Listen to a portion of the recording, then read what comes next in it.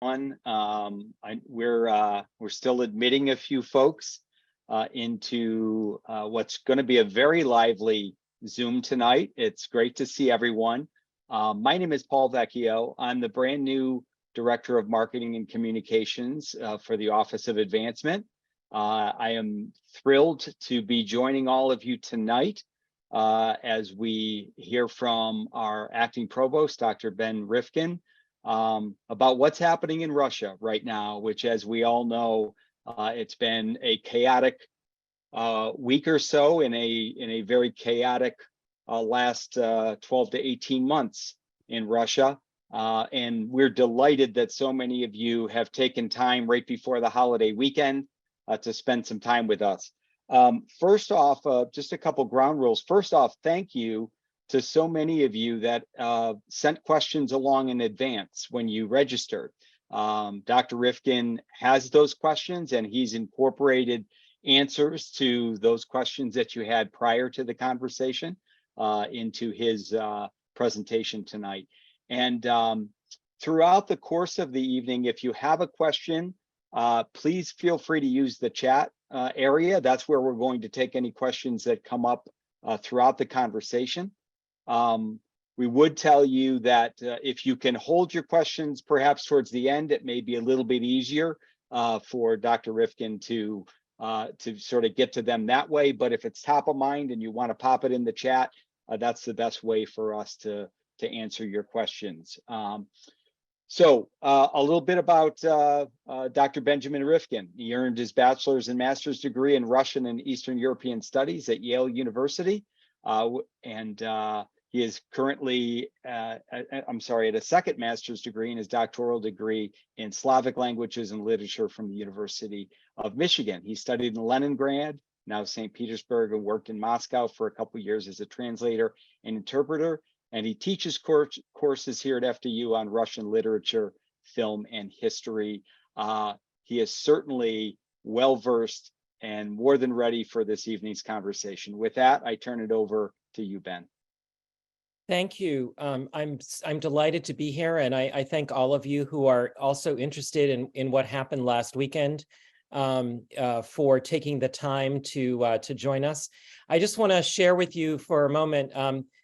This is what I looked like for the last weekend, for the whole 24 hours of what unfolded, and I barely slept. So I was certainly very engaged in following the news, both from the American perspective as well as from the Russian perspective. I read Russian news and watch Russian news channels to hear what the official statements of the government of the Russian Federation are like.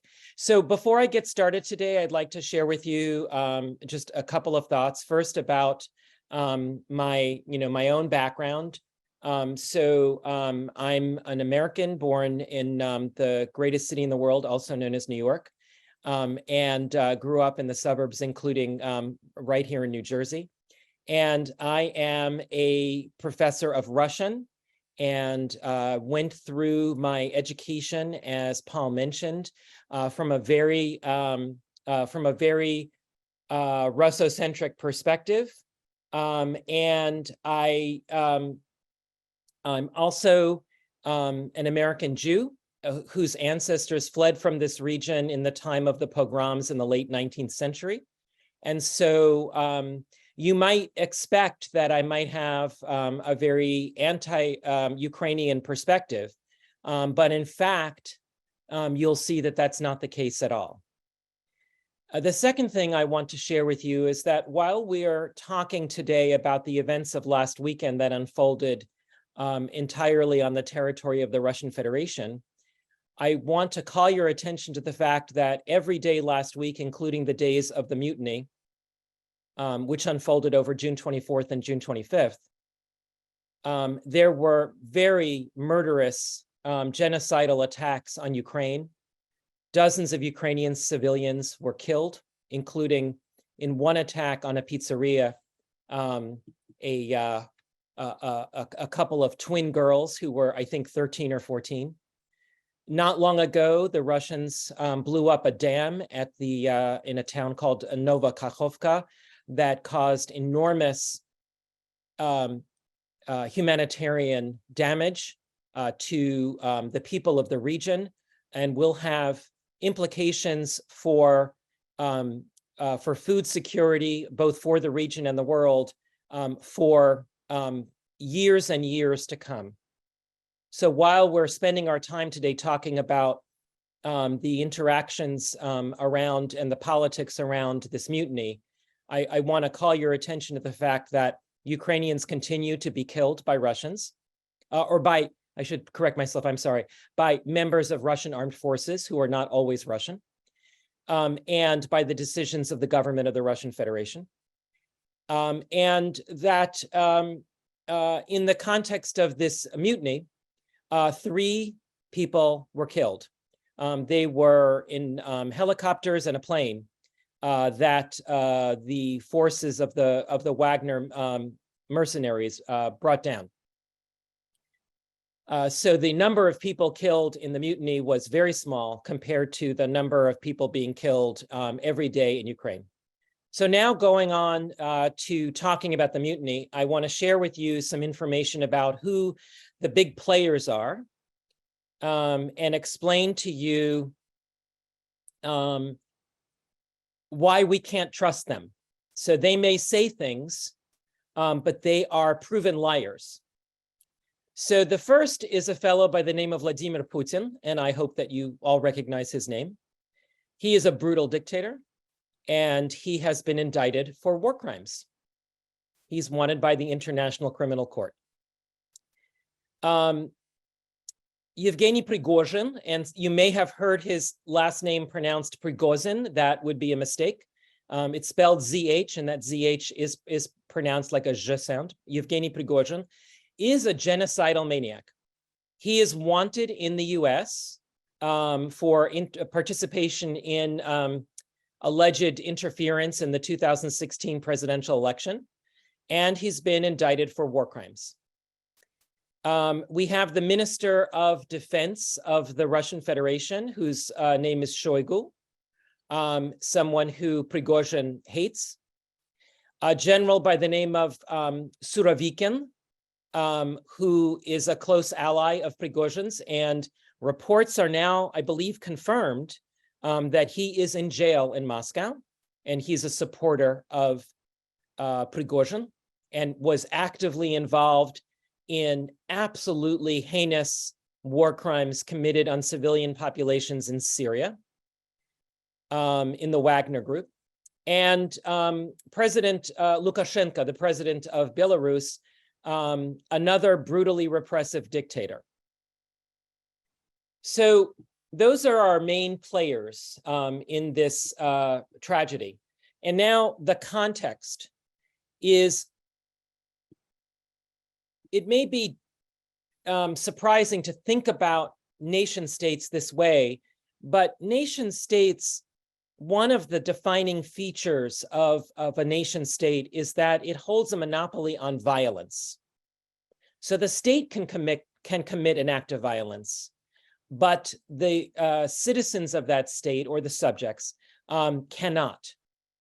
And so this is a particularly interesting situation in the context of the Russian Federation and of the states that have occupied that geographical territory, including the Soviet Union and the Russian Empire before it, because of their history of having multiple and competing power and intelligence structures. And this goes back to the Russian Empire for sure, as well as the Soviet Union and Putin's Russian Federation, in which there are numerous kinds of police forces and military organizations. And Putin has now admitted that the Russian Federation has been funding the Wagner, I apologize, I don't always know how to, I don't pronounce the name of that organization consistently. In Russian, it's called Wagner. And in English, it's Wagner, and sometimes I might even say Wagner. So, so you'll know what I mean. The Prigozhin's mercenary group is the Wagner organization, and actually, colloquially, Russians refer to soldiers, combatants in the Wagner organization as musicians, referring to Wagner as the German composer. So Putin himself has recently admitted that the government of the Russian Federation was funding the Wagner mercenary group, even though he's denied it for years. Putin, as the president and dictator of the Russian Federation, has a history of the methodical suppression of diversity of opinion and dissent. Many of you may be familiar with the fact that the most prominent dissident in the Russian Federation today is a man by the name of Alexei Navalny, who Putin attempted to assassinate, and he survived and then wound up coming back to Russia and is now in prison in terrible, terrible conditions and also suffering in terms of his health. But many other of the dissidents in the history of Putin's Russia have been assassinated, the most prominent of which has been Boris Nemtsov. Putin also has a history of the methodical suppression of independent media, which were thriving in the Yeltsin era, and then gradually taken offline under Putin's rule. And some of the most prominent journalists were also assassinated. And here I'll mention that perhaps the most memorable case of this was a woman by the name of Anna Politkovskaya. Despite all of the attempts on the part of the Russian government to suppress the free expression of information, there are a number of ways in which information is actually being shared in the Russian Federation, including the encrypted social media platform Telegram, as well as, and I'll give you information about this at the end of my talk, a number of formerly independent journalistic operations that were internet-based have left the Russian Federation, where they would have been closed, and operate in Europe. And I'll give you links to them. Some of them publish in English, and I'll have those links for you. Part of the context also that you should know is that Russia's budget deficit this year has already exceeded the planned deficit for all of this calendar year. It was so the impact of the sanctions and the costs of the war against Ukraine have created a situation in which the Russian economy is tanking. So now I want to turn to talking about the background of Yevgeny Prigozhin. So Yevgeny Prigozhin started life as a nobody, and he got involved in some criminal activities and went to jail for about a decade or so. And when he came out of jail, he at one point was selling sausages in St. Petersburg, and Putin struck up a conversation with him and wound up bringing him into his own organization as a caterer. And Prigozhin began providing food at various events sponsored by Putin. And that led from one thing to another. And ultimately, Prigozhin founded the Wagner Mercenary Corps, and Putin sent it to commit heinous crimes to support brutal dictators in Africa and Syria to advance the geopolitical interests of the Russian Federation.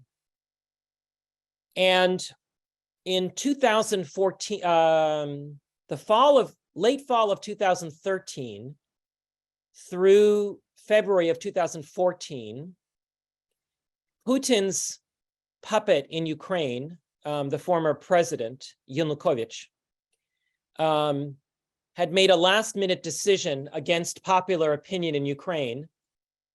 He decided that he would not take up an invitation to make Ukraine a candidate for inclusion in the European Union, but would instead sign an economic partnership deal with the Russian Federation and Kazakhstan and Belarus. And people came out to a square in downtown Kiev called Maidan to protest this. And the protests started in November of 2013, and it was mostly young people. And then they were joined by their parents and their grandparents, and the protests grew to many tens of thousands of people and lasted through the severe winter weather that one has in Kyiv in November through February. And ultimately, the events on that square led to the collapse of the Yanukovych regime. And that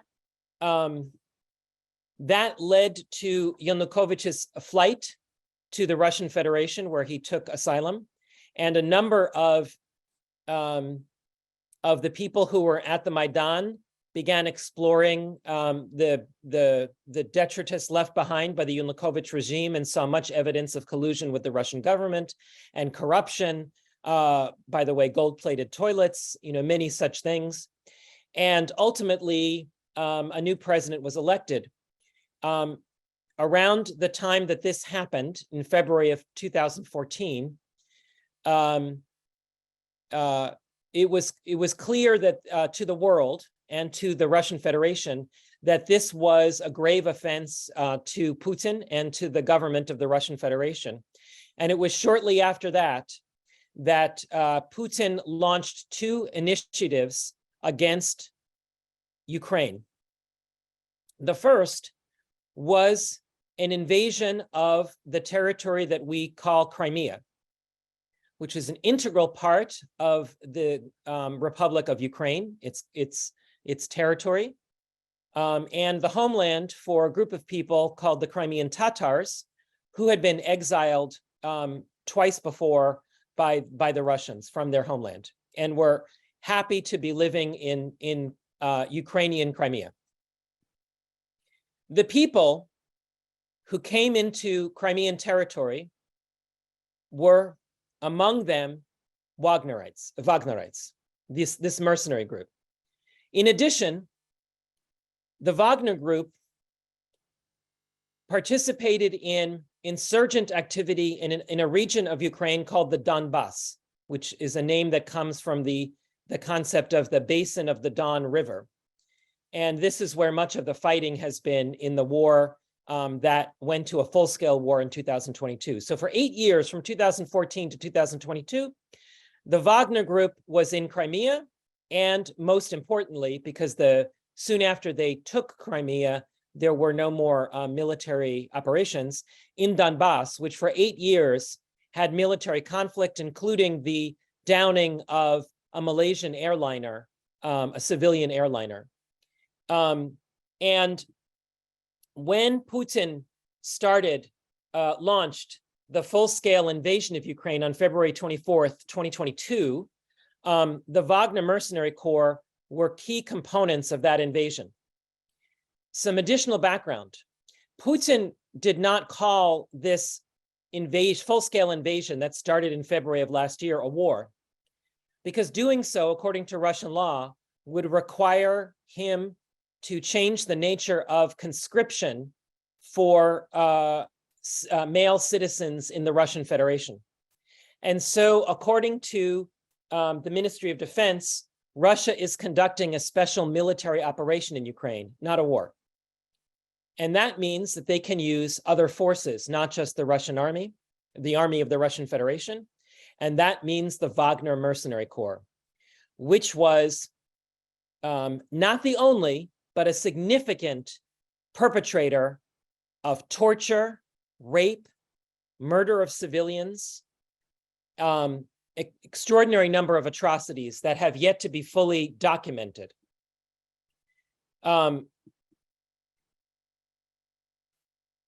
Putin has denied that the Russian Federation has been financially supporting the Wagner Group until now. Now it has been revealed that the degree of that support has been in the area of $1 billion. Putin has had significant challenges in finding enough soldiers to fight in the Russian Federation's army in Ukraine. And so they did a mobilization in September of last year, and they are increasing the number of the terms of the contracts offered to people who voluntarily enlist to serve in Ukraine. In addition, the Wagner mercenary forces were having a hard time replenishing their troops, and so they got permission from Putin to recruit prison conscripts. So these are people who have been sent to prison for murder and for rape, and they are now part of the Wagner forces. Prigozhin had a significant and positive relationship with Putin in the course of his career, but he has been in conflict for months with the Minister of Defense, Shoigu, and claiming that all of the challenges that the military operations are having in Ukraine are because of Shoigu's incompetence. And he's come out with videos that he released onto Telegram, talking about problems with insufficient munitions, insufficient equipment, insufficient food and water for the soldiers, both in his group and for the opposition between the Russian army and the Wagner mercenaries. Prigozhin claimed that he was taking his mercenaries on march into Russia to convince Putin to remove Shoigu from his position as the Minister of Defense. There is evidence to suggest that Prigozhin was planning this for months, and that he was collaborating with the former general in charge of the special military operation in Ukraine, whose name I mentioned earlier, Surovikin. Putin made a decision earlier in the month of June that the Wagner operation in Ukraine had to be closed, and the soldiers in the Wagner mercenary group would have to join as contract soldiers in the Russian army. And that was the straw that broke Prigozhin's camel's back. On June 24th, Prigozhin made his move. And now I want to show you a map. So hold on here. Okay, so this is Ukraine. This is all Ukraine. So Prigozhin had many soldiers here, and they marched to Rostov-on-Don, which is here. So you can see that this is very close. And as you can see in the information over here, on the right, from Donetsk, which is a major city still occupied by the Russians, to Rostov-on-Don is only 128 miles. And in less than a day, Prigozhin's 25,000 soldiers with Wagnerites got to and entered Rostov-on-Don. There was no military or police resistance. They wound up occupying the main military headquarters in Rostov-on-Don, and that is the headquarters from which the entire special military operation in all of Ukraine is coordinated, not from Moscow, but from Rostov-on-Don. And from there, they began marching to Voronezh. And they got to Voronezh, which is 354 miles. Some of them went into Voronezh, but not many. And that surprised a lot of people in Moscow who expected there to be a longer stay of this group in Voronezh, but they didn't stay long. Then they began moving in the direction of Tula and Moscow. And you can see the distances here on the side.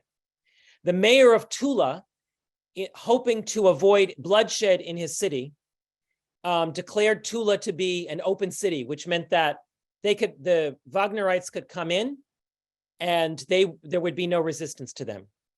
They didn't get that far before Prigozhin said, no, I'm not going to go. But after the mayor of Tula declared Tula to be an open city, or around that time, the mayor of Moscow declared a special emergency that the following day no one would be going to work except for police and other security forces.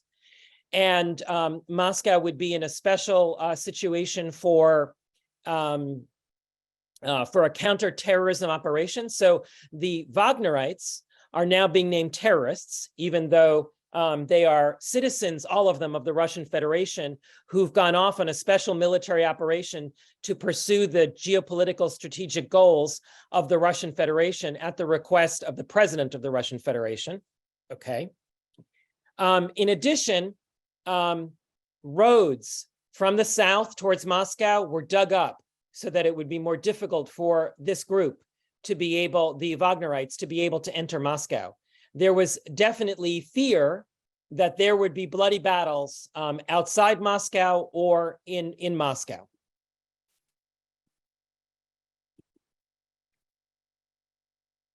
When the Wagnerites entered into Rostov, there was no resistance whatsoever. The military in the area had left, the police had withdrawn, and the Wagnerites were able to enter into the military headquarters and take it over without any resistance. Video of this was posted to the Telegram channels, and it had coverage on Russian state news. The march from Rostov to Voronezh was completely unopposed. When Prigozhin decided that after having had a conversation with Lukashenko, that he would not continue on to Moscow, but would rather close his protest and go to Belarus to exile. When he did that, it was then explained that the Wagnerites would have the choice to either go to Belarus with Prigozhin, and Lukashenko very generously gave them an old military base where they could live. They could sign contracts and join the army of the Russian Federation, or they could simply go home to their families in the Russian Federation. We still don't know how many have taken advantage of which of these options, but it was also made clear that none of them would be tried for treason, although it was announced that they all would be, especially Prigozhin. When the military returned to Rostov, the people who had warmly greeted the Wagnerites chanted the word shame. And this is also recorded on video and posted to Telegram. They were trying to shame the police and the military who abandoned them to the Wagnerites, because that could have been just a very, very bloody situation. And once Prigozhin had left for Belarus and the situation was resolved, the Russian media began talking about the events of June 24 and June 25 in ways that were utterly inconsistent with what citizens of the Russian Federation had seen on their own media, because the videos had been posted to Telegram, the social media platform, and some of those videos were also played on Russian television. So there's a clear discrepancy between the evolving propaganda and what was being shown at the time the events were unfolding. So I'm going, before I talk about the outcomes and the consequences of what happened, I'm going to pause now to answer some questions that were sent to me in advance of tonight's event. First, what were the mercenaries' chances of actually toppling the Russian government? And here I have to say that to answer that question, one has to have known how it would have played out. Because if the military and police would have joined them, as had happened in previous rebellions that I will talk about later tonight in the course of Russian history, they could have done it. They absolutely could have done it. if the military did not join the insurrection, it would never have been successful. Another question that came to me before tonight's event was, it happened all so quickly. Could Putin have engineered this? And I think that's highly unlikely because Putin comes out looking very weak from this. And I'll explain that more later. Someone asked, is the big winner from this mutiny Belarus? And I have to disagree. I don't think that Belarus is a winner at all, because now they are the home to a potentially large number of very evil people who've been committing crimes against humanity in Ukraine.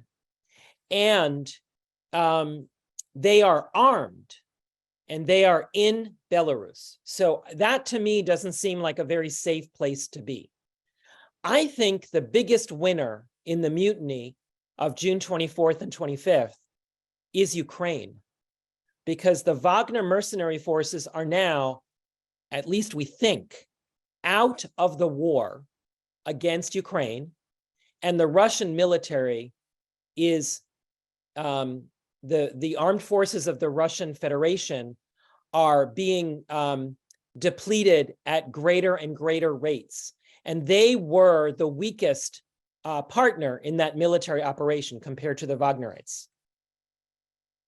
Secondarily, a big winner in this is the West, because it's been demonstrated for people all over the world that Putin is weak. I was also asked, are Russian nuclear weapons and power plants safely guarded? I'm sorry to say that the answer to that question from my perspective is no, and they never were. So if you hadn't thought about that before, and you have any trouble sleeping tonight, I'm really sorry. Could these events affect change in Ukraine? I think yes, and I'll explain why later. Are Russian citizens divided?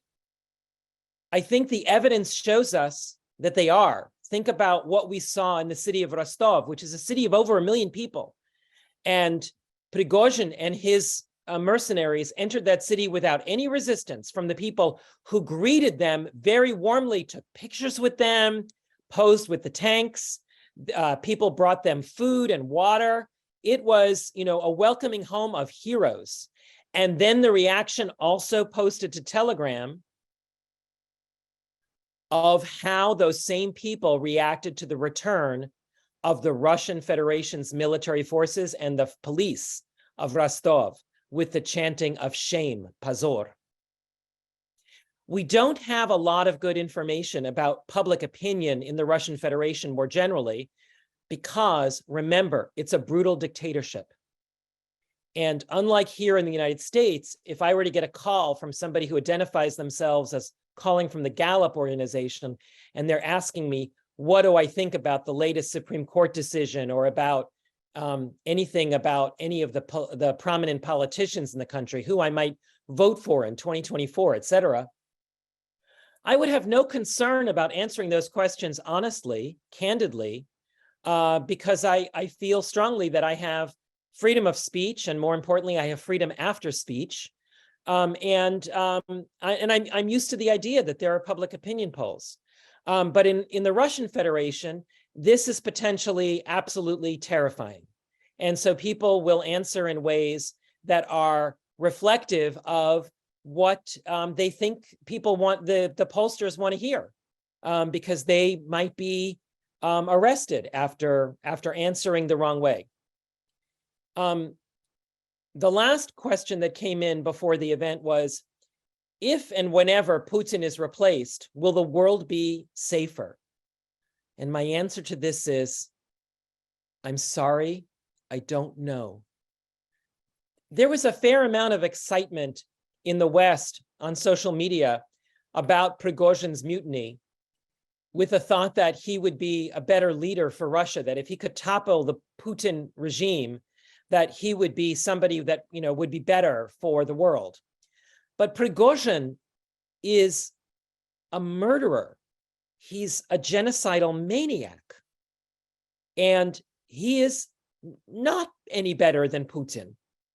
So really what happens next is completely unknown in terms of who comes next. So now I want to turn to talking about some of the consequences. The world, including the entire population of the Russian Federation, saw the withdrawal of Russian Federation power from the city of Rostov, which has over 1 million people. The world saw the people of Rostov welcoming the Wagnerites.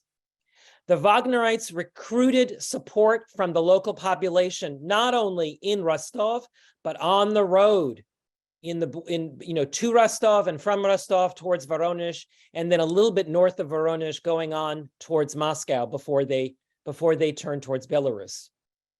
Despite the official closure of the Wagner force, it continues to recruit people in the Russian Federation. If you go to their channel in Telegram and contact them and say, I'm interested in joining the Wagner force, can I go to your recruiting station? The answer is yes. So they're not done. The world saw Putin disappear when the mutiny began to be publicized. Putin was not to be seen or heard from. Had Prigozhin gone on to Moscow, there very likely would have been a very bloody battle, possibly on the outskirts of the city or even in the city.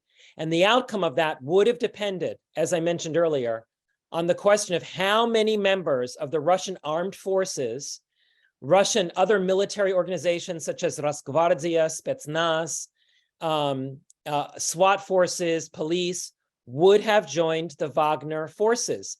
And the Russians know this. The Russian people know this.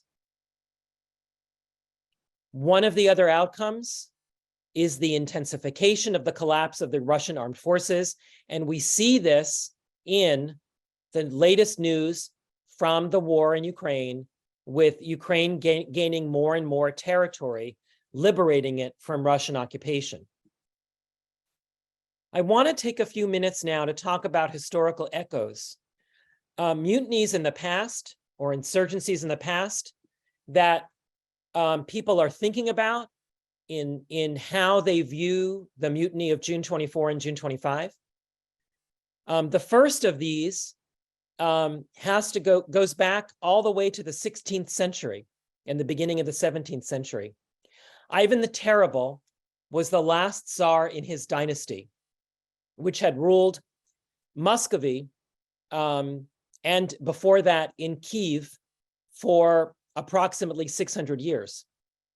Ivan the Terrible, the moniker was very fitting, at one point killed his only son, who was the only heir to the throne.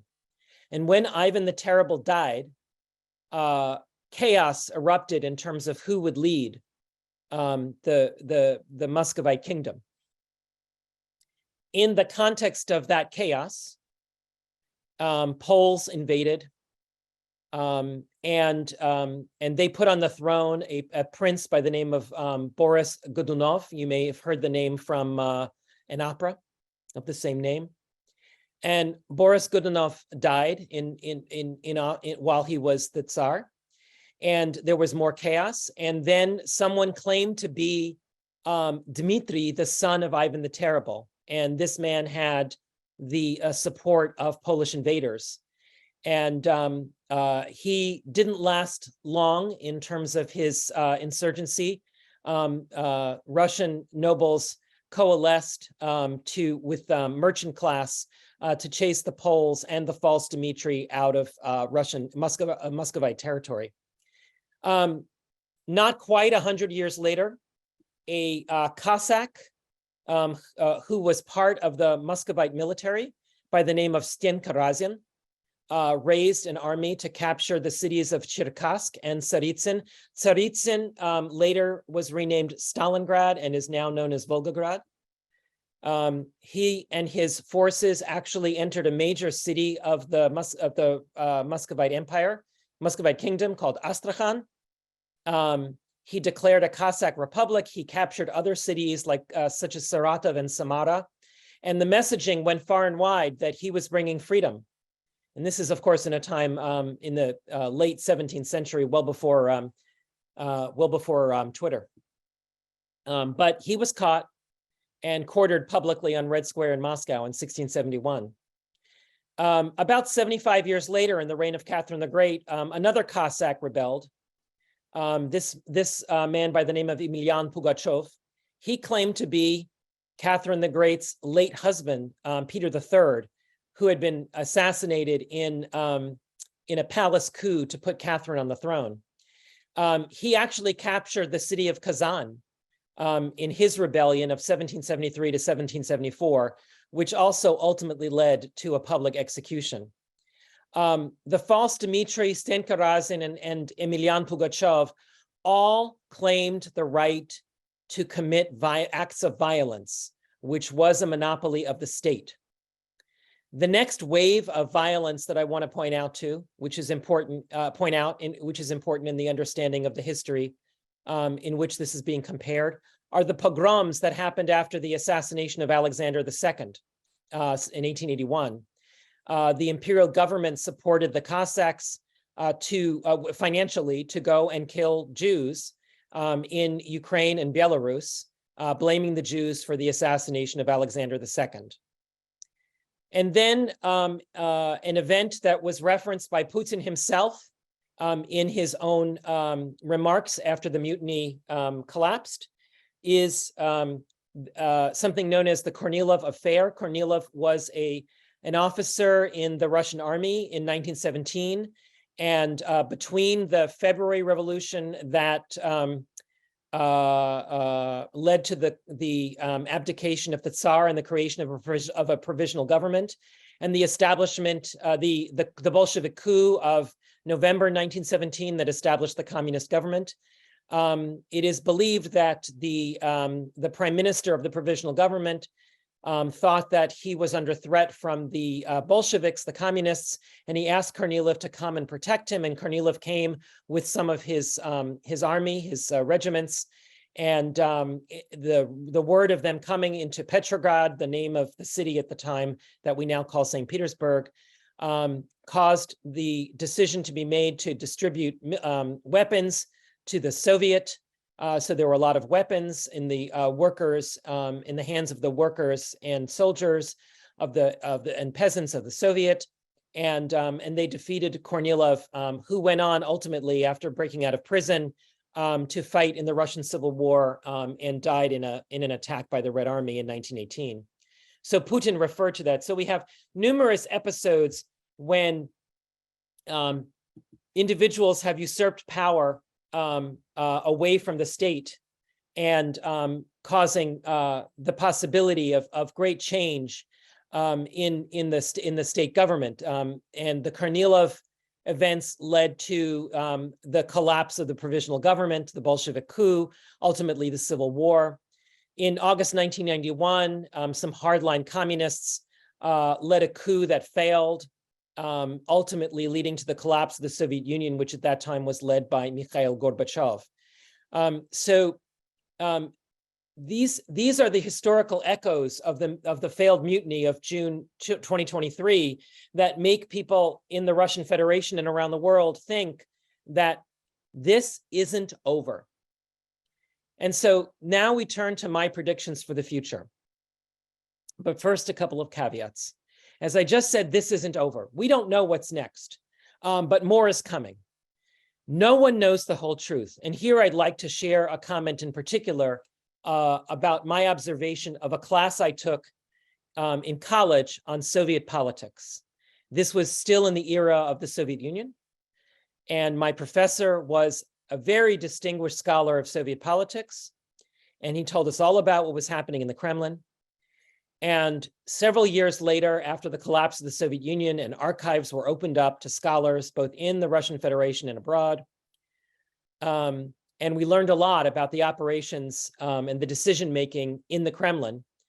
I went back and I found my notes from my Soviet politics class. They were all made up. Everything my professor said was just his best informed guess, and it was all wrong. Who was standing next to whom at what event could have been due to the fact that, Sergei over here has a cold. I don't want to stand next to him. I might get it. And it wasn't like who's next in succession should something happen. So the same thing can be said about what we know about what's happening in Putin's head and in the close conversations that Putin has with his closest advisors. There is likely huge impact on the war against Ukraine. I think we will see greater and greater success of the Ukrainian armed forces.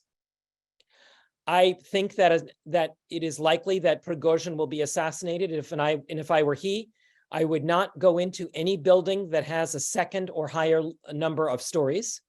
I would also not accept any beverages from anyone I don't know and love dearly. Not love a little bit, love dearly.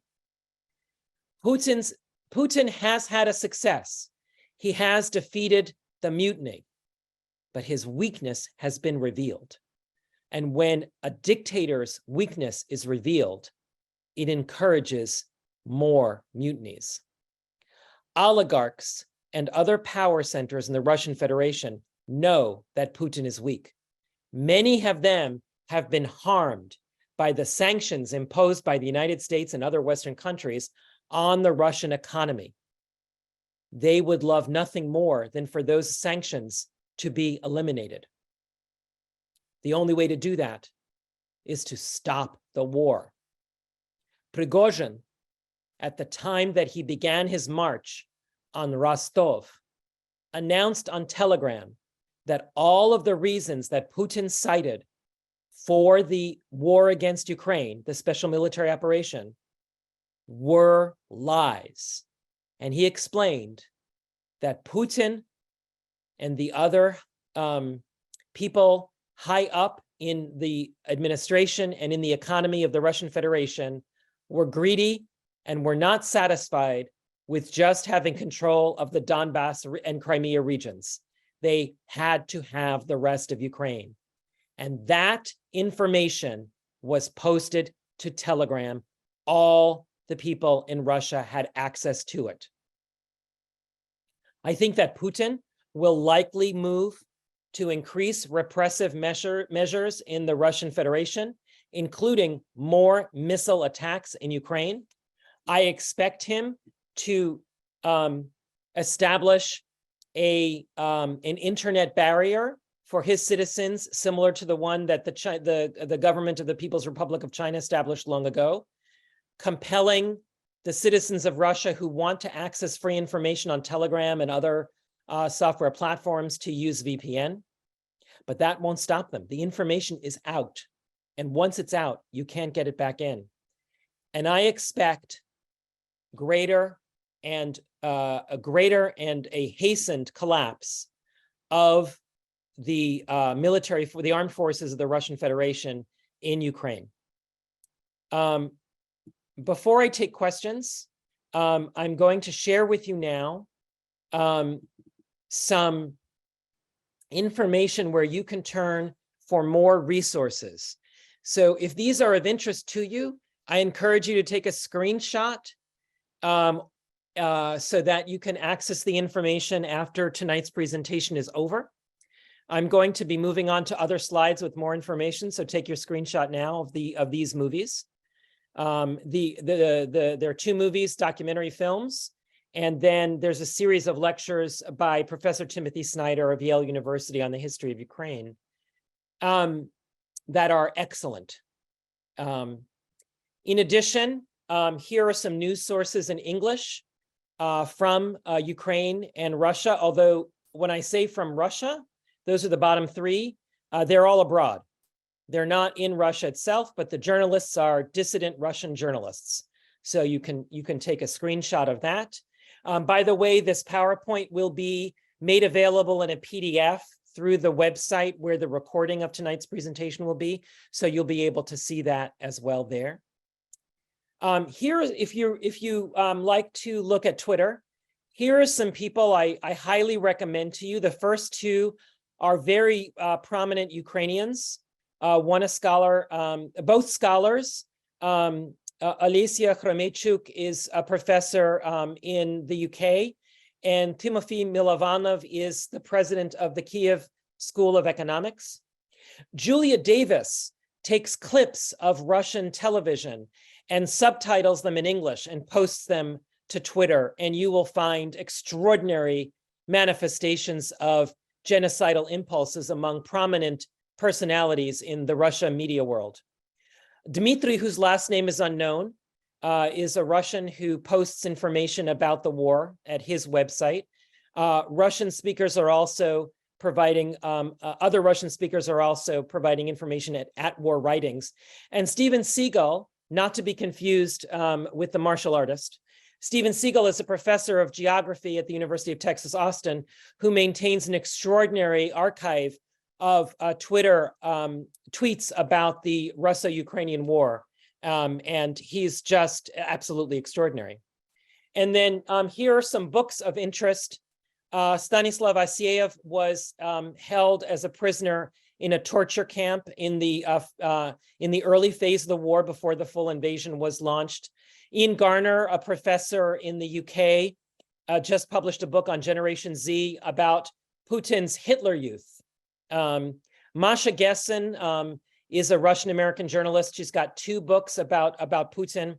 Alicia Khramechuk, who I mentioned earlier, has a book about the story of the death of her brother, a soldier in the Ukrainian army. Andrei Kurkov, a Ukrainian writer, has a wonderful novel called Gray Bees. Peter Pomerantsev, a Russian writer, Nothing is True and Everything is Possible. Serhiy Plokhy, a professor of Ukrainian history at Harvard University, has 2 books of interest, and Timothy Snyder, Bloodlands, with a recent forward about the events since the full-scale invasion. So that will all be that'll be available to you in a PDF. So now I'm going to look at the questions and comments. Yes, the dam destruction killed a lot of people and the ability to generate power in the area, and it also needs to be considered as ecocide. And I don't think that Lukashenko is I'm sorry, I have to disagree, a winner in this situation, because Wagner and Prigozhin cannot be trusted, and I'm not sure at all that it's a good thing to have. Why does Shoigu have Putin's support?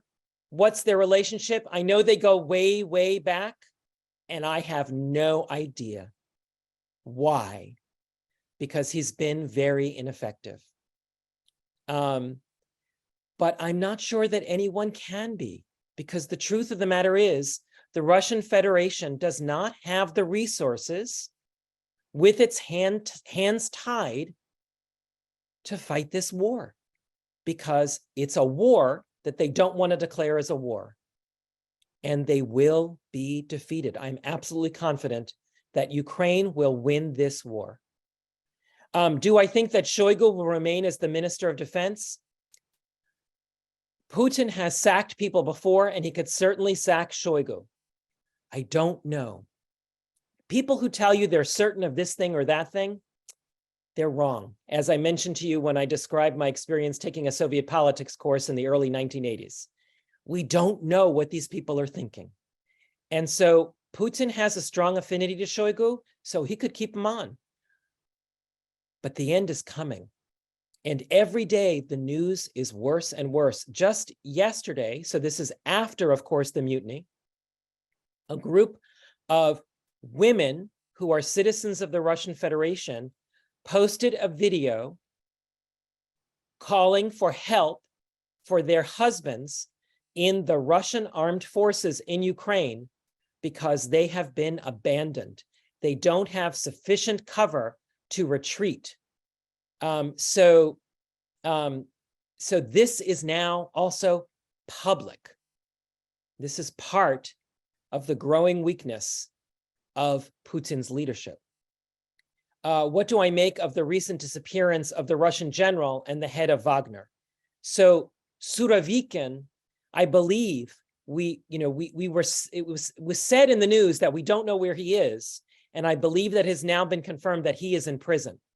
So he was an ally of Prigozhin, and he is now in prison. So he may be one of the few people to have consequences for having participated in the mutiny. And I believe that we know that American intelligence has determined that Surovikin and Prigozhin were conspiring together for months for the mutiny that unfolded last weekend. How must the Russian army feel about the Russian pilots being killed without consequences? I think that that is a really good question, Ernest, and I just want to give a special shout out to Ernest as a former student of mine in not one, not two, but 3 classes, I think. Thank you, Ernest, for coming tonight. And that has been something that has been raised by a woman who is one of the primary spokespersons for the regime. Her name is Margarita Simonyan, and you will see her frequently in the clips of Russian television in the Julia Davis tweets. Julia Davis is the one I mentioned who excerpts parts of Russian television news and subtitles them in English and then tweets them so that we can just see a few minutes and not have to subject ourselves to hours. The Simonyan has already said in one of her appearances on a prominent news discussion show, which is revolting. The MC, the host of that show, is a man by the name of Vladimir Solovyov, and she's a frequent guest. And the idea that there would not be consequences for the killing of these pilots is something that she has already once spoken out about as a horrible outcome, and now she's gone 180 degrees to defend Putin's decision that we have to move on. These people, it's war, things happen. So because she is the mouthpiece of the government, and she will always speak in support of the government. She should also be, I believe, indicted on war crimes. A question: when the Soviet Union collapsed and Gorbachev reached for American support, could we have reached some kind of understanding? So I'm not sure that when the Soviet Union collapsed that Gorbachev actually reached out for American support. Before the Soviet Union collapsed, Gorbachev did reach out for American support, and we gave lots of support. In the late 1980s, the Soviet economy collapsed horrifically. And the United States and some European nations provided a great deal of humanitarian food assistance, without which there would have been famine in the Soviet Union. And that was a time in my life where I was in very close contact with a lot of Russian friends who were still living in the Soviet Union, both Moscow and, as it was called at the time, Leningrad. When the coup happened in August of 1991, things began to unfold more rapidly than anybody could have imagined, predicted, or controlled. But by the end of by the end of the month of August, Ukraine had voted for independence, something like 91%. And in every region of the country, voted for independence. The Baltic republics declared independence from the Soviet Union. There was armed conflict in the Caucasus that the authorities in Moscow could not control. In early December, Yeltsin, who was the elected president of the Russian Federation, which was a part of the Soviet Union at the time, negotiated with many of the leaders of the other Soviet republics to become independent from the Soviet Union, but to have trade and diplomatic relations with one another through a structure that they declared would be named the Commonwealth of Independent States. It wound up including 12 of the 15 republics at the time. The 3 Baltic republics did not join because they claimed correctly that they were never given the chance to join the Soviet Union. They were occupied at the end of World War II. Since then, Ukraine and I believe Georgia have withdrawn from the Commonwealth of Independent States, both countries that have been invaded by the Russian Federation. Has the threat of a nuclear accident or attack increased in the midst of all this confusion and almost civil war? I'm sorry to say, yes. I believe, from what I've read, that the nuclear power plant in Zaporizhzhia has been mined by the Russian military forces, and there is the possibility that if they retreat from that area, that they would set off these explosive devices that would create an enormous nuclear incident in the heart of Europe. I only hope that President Biden has made clear to President Putin that if that were to happen, that the United States and the NATO countries would consider that to be a nuclear attack on NATO, because the fallout from that explosion would not be controlled within the borders of non-NATO countries. The last question that I'll address tonight, and thank you for these great questions. Do I think that the instability in Russia is more dangerous than the Ukrainian war? That is a great question, and I think it can be most appropriately answered by historians in about 10 years. Unfortunately, we just don't know what's going to happen next. I don't have a crystal ball. As I told you when we started tonight, I showed you the picture of eyes wide open. What's going on? We just don't know what's going to happen. And, I could imagine a scenario in which a group of current military officers decides to do another mutiny. And if they're going to do it, I'm going to say, look for it to happen in August. That's when things happen in Russia traditionally. That topples Putin, and Alexei Navalny is released from prison and by acclamation becomes provisional president, and then there's an election. Now, would he be a good president? I have no idea. In the past, he's demonstrated enormous chauvinism, but more recently, he's expressed support for the cause of Ukraine. And so maybe he would be good. I don't know. Maybe there are people in exile who would come back, who would be good. And then we would say this was a great thing. Or maybe there would be chaos and civil war. I know that there are many regions, ethnic regions in the Russian Federation. These are regions that were colonized by the Russian Empire and the Soviet Union over the course of several centuries that would be eager to be independent countries again. And they're just waiting for that opportunity. And when Putin is sufficiently distracted, I would not be surprised if there would be military uprisings in places like Dagestan, which is suffering from a very high per capita casualty rate in Ukraine, in the Ukrainian war, for some of the Muslim autonomous republics in Siberia, like Mari El, where there are also great casualty rates and a lot of anger about the Russification of their communities.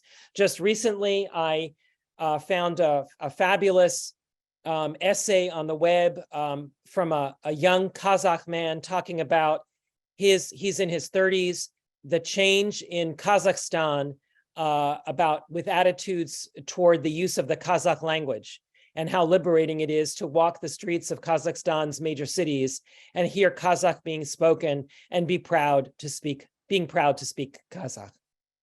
So I expect that there could be danger in those global danger geopolitically in those conflicts. But the other thing that I want to say about that is that we just don't know about how much pain and suffering will be inflicted on the Ukrainian people.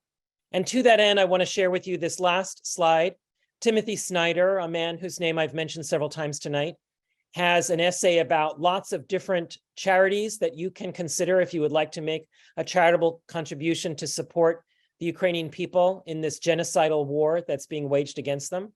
And one of those charities is one that I believe in and have contributed myself. It's called Razom for Ukraine. And in Ukrainian, Razom means together, together for Ukraine. And the charities that Snyder describes and Razom for Ukraine are very well regarded as organizations that will use your money towards good end and not waste it on refrigerators and washing machines. And with that, I conclude my remarks tonight. I thank you all for attending. I hope it was interesting for you, and I hope I helped answer some questions for you about what the heck went on in Russia last weekend. So thank you. Ben, thank you so much for this very, very interesting conversation. The resources that you provided, which are wonderful for those of us who want to dig a little deeper. And most of all, thank you to everyone that took the time going into a holiday weekend. For most of the conversation, we had over 80 folks tuned in, and we are so appreciative. We will be posting this on the alumni website at FDU in the near future. Again, thanks to everyone who joined in, most especially thank you to Ben Rifkin. Thank you. Everyone have a wonderful 4th of July. Be safe and have a great time with your families. Thank you. Thank you. Хорошо.